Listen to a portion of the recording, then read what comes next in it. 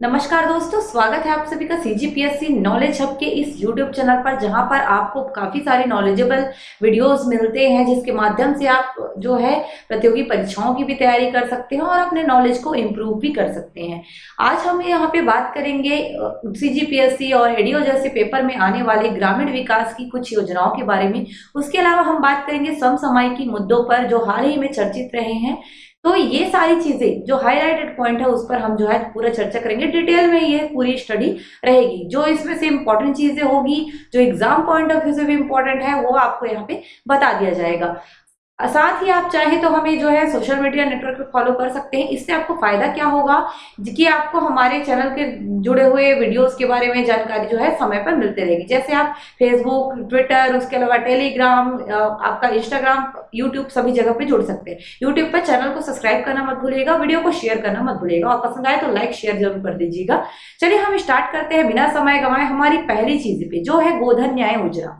वैसे तो योजना पुरानी है, पर ग्रामीण विकास को जोड़ने वाली एक योजना जो आजकल जो है ज्यादा चर्चा में रही है। क्यों? क्योंकि हमने सिर्फ गोबर से ना केवल उसको जैविक खाद के रूप में उपयोग किया, बल्कि एडिशनल चीजें जैसे पेंट, दिया या फिर बैग जैसी चीजें, इवन कपड़ा जैसी चीजों को बनाने की दिशा में नया कदम रखा है। तो गोधन न्याय योजना इस वजह से ज्यादा इंपॉर्टेंट हो जाती है हमारे लिए। गोधन यानी कि गाय, या फिर आप बोल सकते हैं भैंस वंशी। वैसे तो गाय वंशियों को ही, जिसमें गाय बैल आते हैं, गोधन माना जाता है। लेकिन एक बार आपके पास जो भी जानवर है सबको कहा जाता है गोधन। गोधन न्याय योजना, वैसे तो ये योजना 2 साल पुरानी है, पर आपके लिए बहुत ही ज्यादा महत्वपूर्ण है। कभी भी आप किसी भी क्षेत्र की, किसी भी विकास की ओर अगर कदम बढ़ाते हैं तो विकास का मतलब है सर्वांगीण और एक प्रकार से सतत विकास। तो सतत विकास और सर्वांगीण विकास के लिए क्या जरूरी है? हमारा पर्यावरण का स्वस्थ रहना।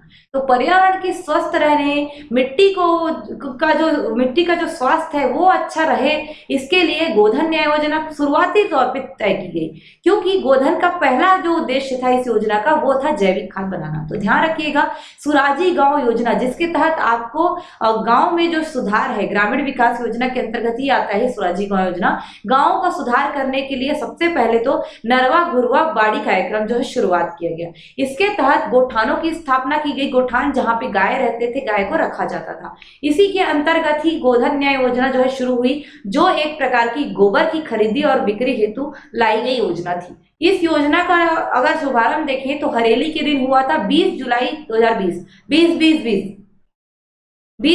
20 मीन्स 20 जुलाई 2020, 20/6/2020 ऐसा याद भी रख सकते हैं आप। 20 जुलाई 2020 को हरेली इस दिन था। इस दिन गोधन न्याय योजना की शुरुआत की गई। हरेली के दिन ही क्यों की गई? क्योंकि हरेली जो है हमारे छत्तीसगढ़ का पहला त्योहार होता है, जब हमारे जो खेती किसानी करने वाले लोग हैं या किसान हैं, वो अपने सारे जो औजार है उनकी पूजा पाठ करते हैं। तो इसी दिन को चुना गया था छत्तीसगढ़ गवर्नमेंट के द्वारा। उनकी बहुत ही महत्वाकांक्षी योजना है। रायपुर के बैहार ग्राम से इस योजना की शुरुआत हुई थी। अब ये काफी सारे ऐसे लोग होंगे जो आप पढ़ रहे होंगे, आपको लगेगा ये तो पुराना ही है, पर ग्रामीण विकास की योजना में इस चीज को अगर आप वापस पढ़ते हैं तो आपको कई चीजें नहीं दिखेंगी और इससे आपको एग्जाम में ही बेनिफिट होने वाला है। तो वीडियो को अंत तक जरूर देखना है और सब्सक्राइब जरूर करना है चैनल को। इसके अलावा आप प्यून टेस्ट की तैयारी कर रहे होंगे तो आपके लिए बहुत अच्छा सरप्राइज आने वाला है, जो बहुत ही जल्दी पता चल जाएगा, जिसके माध्यम से आप प्यून की बहुत अच्छी तैयारी भी कर सकते हैं।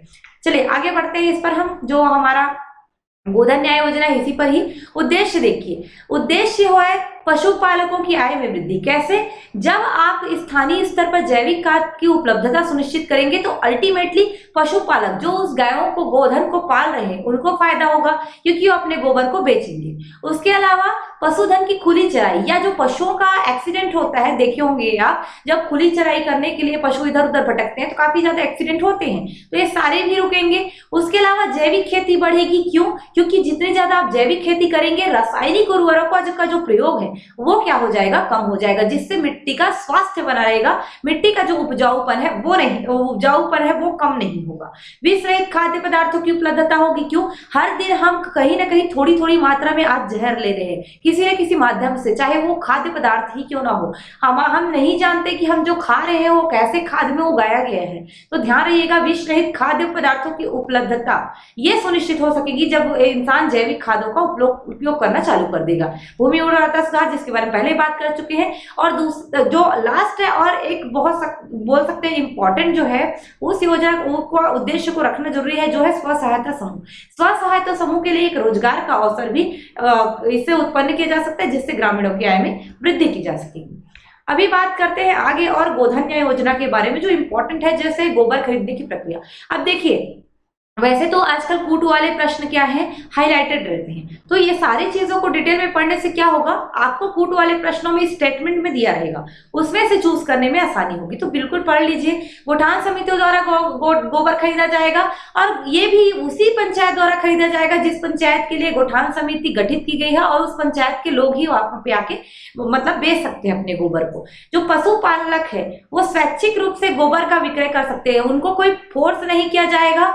गोबर खरीदी की दर जो है सरकार तय की करेगी, ये भी याद रखिएगा। इसके लिए कोई आपका वित्त आयोग जैसा चीज नहीं रहेगा, इसके लिए सरकार ही है। मीन्स छत्तीसगढ़ सरकार को ये पूरा पावर है कि वो अपना योजना के तहत गोबर के जो दर है वो तय कर सकती है। जैसे 2 रुपए किलो वर्तमान में है, पर कहा जा रहा है ये जल्द ही 5 रुपए किलो होने वाला है, ऐसी घोषणा की गई है। और इसमें भी गौवंश और भैंस वंश दोनों को ही गोबर को शामिल किया जाता है। अब अचानक से मान लीजिए कूट में दे दिया और उसमें रेट पूछ दिया या किसका गोबर शामिल है, तो ये इंपॉर्टेंट है आपको जानना। गोबर की गुणवत्ता कैसी होती है, ऐसी जिसको आप हाथ से उठा लो, ऐसा नहीं कि कुछ भी जो है पतला सा जो है हो रहा है उसको आप ले गए, प्लास्टिक कांच का है, मिट्टी का मिला हुआ है उसको आप ले गए, ऐसा नहीं है। हाथ में उठाने लायक हो, उसकी गुणवत्ता अच्छी, उसमें किसी प्रकार का मिलावट ना दिखता हो। कंडा और गोला ये सब नहीं बेच सकते आप। ऐसा नहीं कि गोबर सूखा हुआ हल्का सा है बेच दो आप, ऐसा नहीं हो सकता। आपको बिल्कुल ठोस जो है हाथ में उठाने लायक जो गोबर है वो लेके जाना ही पड़ेगा, ध्यान रखिएगा। अगर पूछा क्या नहीं बेचा जा सकता, तो कंडा और गोला याद रखिएगा, कभी भी इसको पूछ सकता है। उसके अलावा जैसे पशुपालक है, पशुपालक जैसे अपना क्रय करेंगे, पशुपालक से जो क्रय किया जाएगा, मीन्स पशुपालक जो बेचेंगे गोबर, उनका लेखा वितरण भी जो है 2 प्रतियों में लिखा जाएगा कि कितना कितना गोबर जो है बेचा है। जैसे गोबर का क्रय पत्र जो है नमूना परिशिष्ट 1 में रखा जाएगा। परिशिष्ट 1 में क्या है, गोबर का क्रय पत्र का नमूना है। पशुपालक चाहे तो बायोमास भी बेच सकते, जो एडिशनल उनके पास इकट्ठा होता है, पर उनसे उनको राशि नहीं मिलेगी, केवल और केवल गोबर पर ही राशि दी जाएगी। यदि व्यक्ति गौठान के अंतर्गत के पशुओं का गोबर को उठा के बेचता है तो उन्हें राशि नहीं दी जाएगी, क्योंकि गौठान ऑलरेडी ही एक अलग स्कीम है जिसके अंतर्गत पशुओं को रखना है। तो गौठान में तो ऑलरेडी वो सरकार का ही गोबर है, अगर कहा जाए तो उसको कोई व्यक्ति बेचेगा तो नहीं मिलेगा। क्रय किया गया जो गोबर है उसका भुगतान जो है प्रत्येक 15 दिन में हितग्राहियों को समितियों द्वारा किया जाएगा। उसके अलावा गोबर का वजन करने के लिए कैलिब्रेटेड फॉर्म तराजू का प्रयोग किया जाएगा, ये ध्यान रखना है आपको। और भी योजनाएं हैं जो मिलेगी, और भी करंट अफेयर्स है, तो वीडियो को अंत तक जरूर देखिएगा। गोबर खरीदी की प्रक्रिया याद रखिएगा, आपको इसमें याद रखना है 18 वर्ष से कम आयु के बच्चे शामिल नहीं होंगे, क्योंकि वो बाल श्रम में आता है। उसके बाद गोधन न्याय योजना के बारे में जो कुछ अपडेटेड है वो देख लीजिए। जैसे गौठानों में गोबर से पेंट बनाने की मशीन लग रही, जिसके लिए प्रति वर्ष 37.50 लाख लीटर पेंट बनाने का लक्ष्य रखा है। 37-50 लाख, याद रखिएगा कितना, 37-50 लाख लीटर पेंट बनेगा। रायपुर में ही है हीरापुर, हीरापुर का है हीरापुर का क्या, जरवाए। हीरा से क्या बनते हो आप, जवाहरात बोलते हैं, जवाहरात बोलते हैं। तो हीरा से आप जवाहरात बनाते हो, तो याद रखना है हीरा से जरवाए गौठान। यहाँ से जो है पेंट बनाने का जो है काम शुरू हुआ। यहाँ का जो समूह था उसका उनकी 22 महिलाओं ने प्राकृतिक पेंट और पुट्टी तैयार किया। इसी का उपयोग जो है आप भवन पोताई के लिए कर सकते हैं, खास करके शासकीय भवनों को इसी से पोता जाएगा, ऐसा बात कहा जा रहा है। जो प्राकृतिक पेंट है उसकी कीमत 230 रुपए तय की गई है प्रति लीटर, ये ध्यान रखिएगा, आधी कीमत पे मिलेगा आपको। उसके अलावा ये जरवाए गौठान में जो लगी मशीनें हैं 8 घंटे में 1000 लीटर पेंट तैयार कर सकती हैं। 8 घंटे में सोच सकते हैं आप। अब ये सब किसके लिए इंपॉर्टेंट है, खासकर जो मेंस की तैयारी करते हैं। इतना डिटेल मेंस में ही पूछा जाएगा, प्री या एडीओ में ये जो है कूट वगैरह में चांसेस रहते हैं। जैसे मान लीजिए क्वालिटी ब्रांड एक जो है, जैसे क्वालिटी ब्रांड है, क्वालिटी जो है ब्रांडेड कंपनी, जैसे एशियन पेंट हो गया, किसी भी प्रकार का पेंट की कंपनी जो आप जानते हैं, सेम वैसे ही क्वालिटी का ही प्राकृतिक पेंट रहेगा, पर ये नेचुरल पेंट है जो आपको नुकसान नहीं करेगा। उसके अलावा गोबर में कई प्रकार की एंटीबायोटिक प्रॉपर्टी भी होती है जो आपको अनेक प्रकार की बीमारियों से भी बचाते हैं। कहा जा रहा है 50 किलो गोबर से 100 पेंट तैयार हो सकता है। ये 100 पेंट ही ऐसा ही लिखा गया था जनसंपर्क विभाग में, हो सकता है ये 100 kg हो, ठीक है, ध्यान रखिएगा, पर 100 पेंट ऐसा ही लिखा हुआ था, तो इसका डिटेल नहीं मिला था। उसके अलावा ये कुछ पॉइंट है जिसको देख लीजिए। गोबर से दिया, गमला, मूर्ति, गुलाल ये सभी बनाया जा रहा है। इसके अलावा बैग, जो आपको याद होगा छत्तीसगढ़ सरकार ने जो है गोबर से जो बना हुआ जो बैग था उससे बहुत बार बजट प्रस्तुत किया था, ये भी ध्यान रखिएगा। गोबर से जो प्राकृतिक पेंट का निर्माण है उसमें कार्बोक्सी मिथाइल सेल्यूलोज यानी कि सीएमसी होता है, ये याद रखिएगा, ये इंपॉर्टेंट है, कभी भी आ सकता है। पेंट निर्माण के लिए कार्बोक्सी मिथाइल सेल्यूलोज सीएमसी, ठीक है, याद रखिएगा इसको, सीएमसी कार्बोक्सी मिथाइल सेल्यूलोज पूछा जा सकता है ये। उसके अलावा 100 किलो गोबर से लगभग 10 किलो सूखा सीएमसी जो है तैयार होगा, ये भी ध्यान रखिएगा। कुल जो निर्मित पेंट है उनमें से 30% मात्रा जो है सीएमसी की होती है। सीएमसी के कहने का मतलब है जो सीएमसी है यानी कि कार्बोक्सी मिथाइल सेल्यूलोज है यानी कि सीएमसी है, ये पेंट में होना एक अनिवार्य घटक जैसा है। मीन्स इसके ना होने पर आपका जो पेंट है वो एक प्रकार से क्या हो सकता है, अधूरा हो सकता है। वर्तमान में जो 25 गौठान है वहां पर पेंट निर्माण इकाई तथा 50 गौठानों पे सीएमसी इकाई जो है स्थापित की जा रही है, ये भी ध्यान रखिएगा। उसके अलावा जो है आपको जो कृषि मंत्री है रविंद्र चौबे, अब यहाँ से आपको पता चल जाएगा रविंद्र चौबे कृषि मंत्री है, इन्होंने कहा, एक स्टेटमेंट दिया था कि छत्तीसगढ़ ही नहीं बल्कि पूरे देश में घर, आंगन और पूजा स्थल को पवित्र करने के लिए गोबर की लिपाई की परंपरा है। इसलिए गोबर से प्राकृतिक पेंट जो है बनता है उससे जो है पोताई अब किया जाना चाहिए। तो ये स्टेटमेंट क्यों दिया गया था, ताकि स्वस्थ जो जीवन है हमारा, जो इसे पुराने जमाने में हम घर आंगन को लीपा पोती करते थे तो उससे एक स्वास्थ्य जो है हमारा बना रहता था, अच्छा रहता था, तो उसी के माध्यम से एक बढ़ावा देने का प्रयास किया जा रहा है। शासकीय भवनों को तो पूरा इसी से जो है बड़े पैमाने पर उपयोग किया जा सके उनके रंग रोगन में, इसलिए तो सबसे ज्यादा ही इसको बढ़ावा दिया जा रहा है। उसके अलावा निर्माण कार्यों को SOR में भी शामिल किया जा रहा है, तो याद रखिएगा। उसके अलावा अब हम थोड़ा सा बात करते हैं गौठान से जुड़ी जो महिलाएं हैं, उन्होंने एक और काम किया है जो है वस्त्र बुनाई यानी कि टेक्सटाइल इंडस्ट्रीज में कुछ काम किया है, जिसमें आपको याद रखना है राजनांदगांव का अमलीडी गौठान की महिलाएं जो है टेक्सटाइल इंडस्ट्रीज पे काम कर रही है। राजनांदगांव जिले का जो डोंगरगढ़ विकास खंड है कि आदर्श गौठान जो अमलीडी है उसमें 20 महिलाओं ने वस्त्र बुनाई का 4 माह का प्रशिक्षण शुरू कर दिया है, मतलब 4 माह से उन्होंने प्रशिक्षण कर दिया है। छत्तीसगढ़ राज्य के ग्रामीण एवं अन्य पिछड़ा वर्ग क्षेत्र विशेष प्राधिकरण द्वारा जो है प्रशिक्षण एवं वस्त्र बुनाई की आवश्यक जो मशीनरी के लिए 10 लाख रुपए भी स्वीकृत किए गए हैं। कहने का तात्पर्य है अमलीडी से याद रखिएगा वस्त्र बुनाई जो है शुरू हुई थी किस पे, गोधन न्याय योजना के अंतर्गत, और 10 लाख रुपए ये स्वीकृत किए गए हैं बकायदा मशीनरी के लिए, बुनाई के लिए, प्रशिक्षण के लिए। आपको ये याद रखना है, 20 महिलाओं ने शुरू किया था। उसके अलावा आपको याद रखना पड़ेगा कि महिलाएं जो है बुनकर सहकारी समिति में पंजीयन कराकर एपेक्स हैंडलूम संघ इससे जुड़ रही हैं, ये ध्यान रखेंगे। महिलाओं को जो है बुनाई कार्य इनको मिलता रहेगा और इसके माध्यम से वो क्या कर सकती है, आय भी प्राप्त कर सकती है। जैसे प्रति बुनकर न्यूनतम 200 रुपए प्रतिदिन की आय होगी, यानी कि अगर टेक्सटाइल में काम करती है महिलाएं तो उनको प्रतिदिन एक न्यूनतम जो है 200 रुपए की आय हो सकेगी। प्रति बुनकर जो है 200 रुपए की आ सकेगी, यानी कि एक कपड़ा जो वो करती है, अगर बनाती हैं, या फिर बोल सकते हो जितना भी मतलब जितने भी बुनकर है उनको हर एक बुनकर को 200 रुपए दिया जाएगा, ये कह सकते हैं यहाँ। तो बुनाई के साथ साथ उनको पैसा भी मिलेगा। अब बात करते हैं नरवा विकास कार्यक्रम, थोड़ा सा इस पे काम हुआ है इसलिए आपको बात करना जरूरी है। आप जानते हैं स्वराजी ग्राम योजना जैसे कि सरकार बदली आया, इसके अंतर्गत कैंपा एक प्रोजेक्ट होता है। कैंपा में याद रखिएगा क्या होता है, बिगड़े वनों का सुधार, बिगड़े जो पर्यावरण है उसका सुधार करते हैं। बिगड़ा पर्यावरण यानी कि आपका जो पर्यावरण का स्वास्थ्य है वो बिगड़ा हुआ है, उसको सुधार करने के लिए।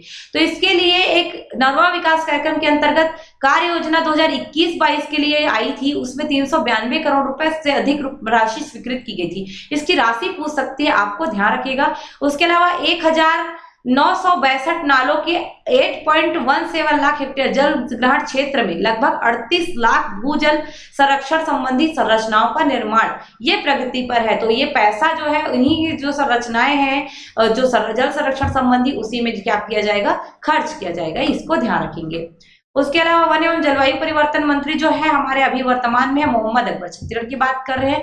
इन्होंने जो है जल के संरक्षण संवर्धन के लिए जल स्रोतों, नदी नालों, तालाबों को पुनर्जीवित करने के लिए क्या किया है, कार्य योजना एक प्रकार से तैयार की है। कैंपा की जो वार्षिक कार्य योजना है 2021-22 के तहत प्रदेश के 2 राष्ट्रीय उद्यान, 2 टाइगर रिजर्व और 1 सामाजिक वानिकी तथा 1 एलिफेंट रिजर्व सहित 30 वन मंडलों के नालों में जो है भूजल संवर्धन संबंधी संरचनाएं जो है निर्मित की जा रही है। ये भी याद रखिएगा, 2 राष्ट्रीय उद्यान, 2 टाइगर रिजर्व, 1 सामाजिक वानिकी तथा एक एलिफेंट रिजर्व सहित 30 मंडल जो है शामिल है। किसके लिए? भूजल संवर्धन संबंधी संरचनाओं के लिए। 21-22 का ये डेटा है, इतना ही आया है। अब आते हैं थोड़ा सा रथ यात्रा से रिलेटेड। रथ यात्रा आप जानते होंगे हमारे यहाँ छत्तीसगढ़ के जो बस्तर एरिया है वहां पे गोंचा पर्व के नाम से इसको मनाया जाता है। गोंचा जो कि उड़ीसा के गुड़िंचा पर्व से संबंधित है। इसके बारे में पूरा डिटेल अगर आपको पढ़ना है, हमारा एक वीडियो जो लास्ट ईयर की रथ यात्रा से संबंधित था डला हुआ है, सेम ही रहता है, पूरे उसमें प्रोसेस कैसे कैसे होते हैं डला हुआ है, बिल्कुल आप चेक कर सकते हैं गोंचा पर्व को। वैसे इस साल की गोंचा पर्व में क्या खास है याद रखिएगा, मुख्यमंत्री जो भूपेश बघेल है गायत्री नगर स्थित एक जगन्नाथ मंदिर है, वहां पर छेरा पहरा की रस्म पूरी की है इन्होंने सोने की झाड़ू से झाड़ू लगाकर। ठीक है, जो बाहरी रहता है या फिर बोल सकते हो जो झाड़ू है वो किया हुआ है, छेरा पहरा की रस्म कहा जाता है। हो सकता है पूछ दे आपको छेरा पहरा की रस्म किस पर्व से संबंधित है, तो याद रखिएगा जगन्नाथ रथ यात्रा से संबंधित है। इसी के साथ जगन्नाथ यात्रा शुरू हुई है। भगवान जगन्नाथ के बाद साथ साथ उनके बड़े भाई बलराम और सुभद्रा, इनकी पूजा की अर्चना की जाती है, इसलिए भूपेश बघेल ने भी ये जो है काम किया है और प्रदेश की सुख समृद्धि के लिए, खुशहाली के लिए प्रार्थना की है। तो याद रखिएगा आपको छेरा पहरा की रस्म को ज्यादा ध्यान देना है। उसके अलावा याद रखिएगा उड़ीसा और छत्तीसगढ़ की संस्कृति दोनों में ही भगवान जगन्नाथ की रथ यात्रा का बहुत महत्वपूर्ण त्योहार कहा जाता है। यहाँ पे इसको रथ द्वितीया, रजूतिया या रथ दूज ये सभी कहा जाता है। छत्तीसगढ़ के साथ साथ जो छत्तीसगढ़ जहां हम मनाते हैं उड़ीसा से ये प्रेरित है। क्यों? पहले ये माना जाता है कि छत्तीसगढ़ में जो छत्तीसगढ़ का जो रथ यात्रा है वो उड़ीसा में जैसे रथ यात्रा निकाली जाती थी उन्हीं परंपराओं से प्रेरित होकर यहाँ भी होने लगा। तो ये ध्यान रखिएगा, उत्कल संस्कृति यानी कि जो आपका उड़ीसा संस्कृति से ये प्रेरित है। दक्षिण कौशल की संस्कृति में ये जो है एक प्रकार का जो जब यहाँ पे आया तो कहीं ना कहीं उड़ीसा संस्कृति से हमारी छत्तीसगढ़ संस्कृति को थोड़ा सा सिमिलर कर दिया है। जब जो हाईलाइटेड जो मैप देख रहे हैं उसमें जांजगीर चांपा जिला है। हमारे लिए इंपॉर्टेंट क्यों है कि माना जाता है जो भगवान जगन्नाथ है ये मूल रूप से छत्तीसगढ़ के शिवनारायण तीर्थ के हैं। यहाँ से वो जगन्नाथपुरी जाकर बस गए ऐसा कहा जाता है, या स्थापित हुए ऐसा कहा जाता है। तो यहीं पे शिवनारायण पे याद रखिएगा दोने की आकृति की आपका पीपल का पत्ता होता है। यहीं पे माना जाता है कि रामायण काल में भगवान श्री राम ने माता शबरी के जूठे बेर खाए थे। नर नारायण मंदिर भी यहाँ पर स्थापित है जो कहा जाता है लक्ष्मण ने स्थापित किया था।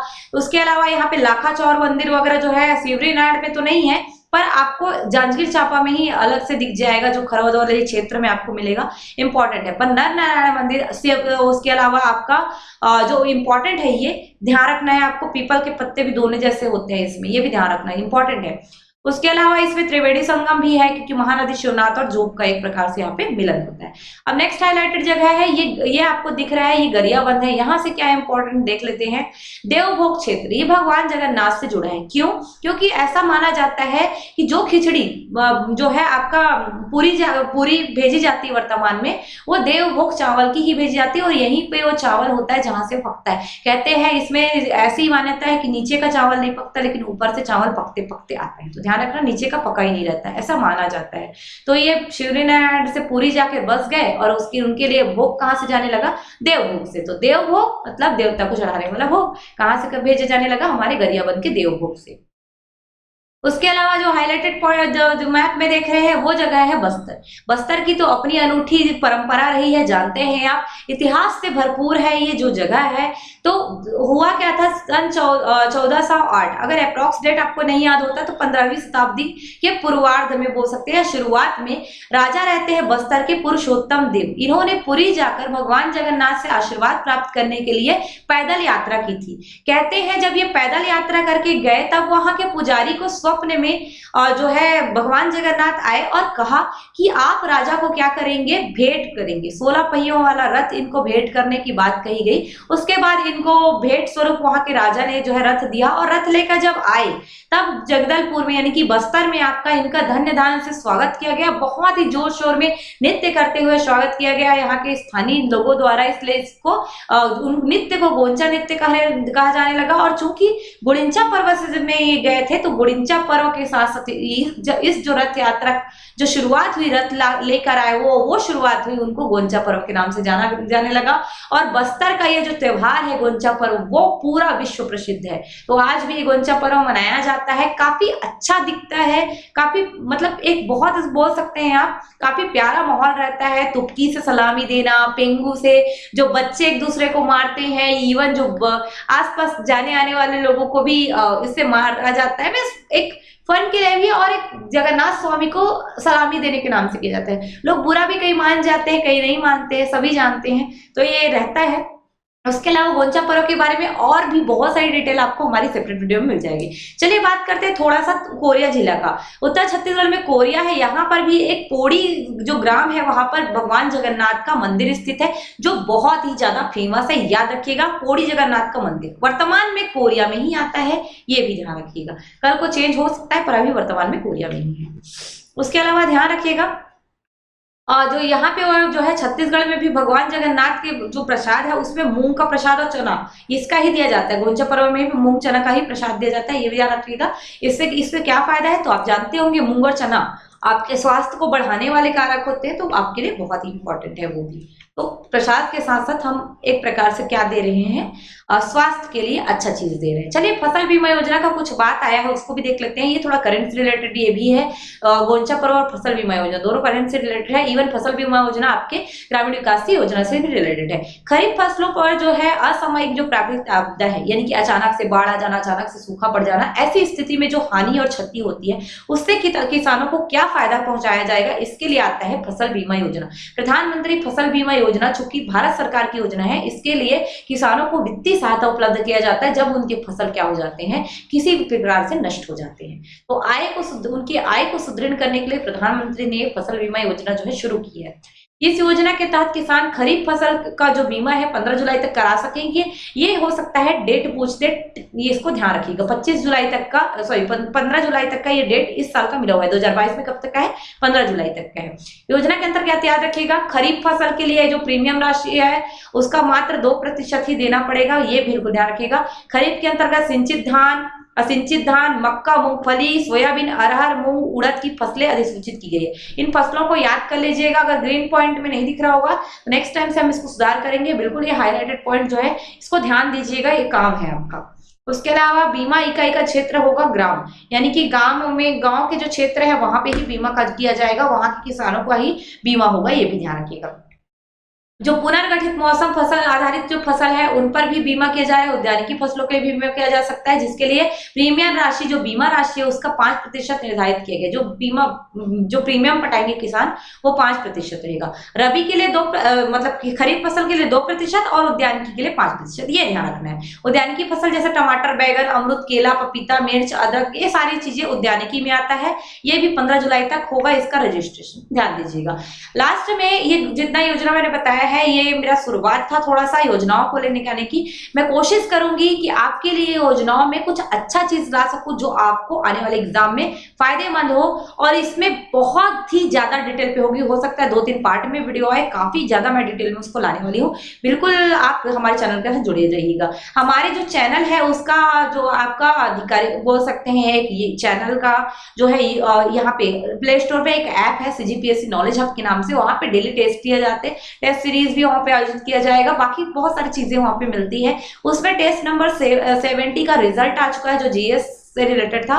चूंकि क्वेश्चन इसमें जो है 20 थे, 40 नंबर का था, तो कुछ स्टूडेंट जिन्होंने बहुत अच्छा परफॉर्म किया, जिसमें Lakshmi Bandekar first rank, Saroj Goswami second rank, Aarti Jaiswal third rank पे आई हैं। उसके बाद नम्रता पटेल और रीना, इन्होंने जो है 4th और 5th रैंक हासिल किया है। तो ये आप लोगों को बहुत बहुत बधाई।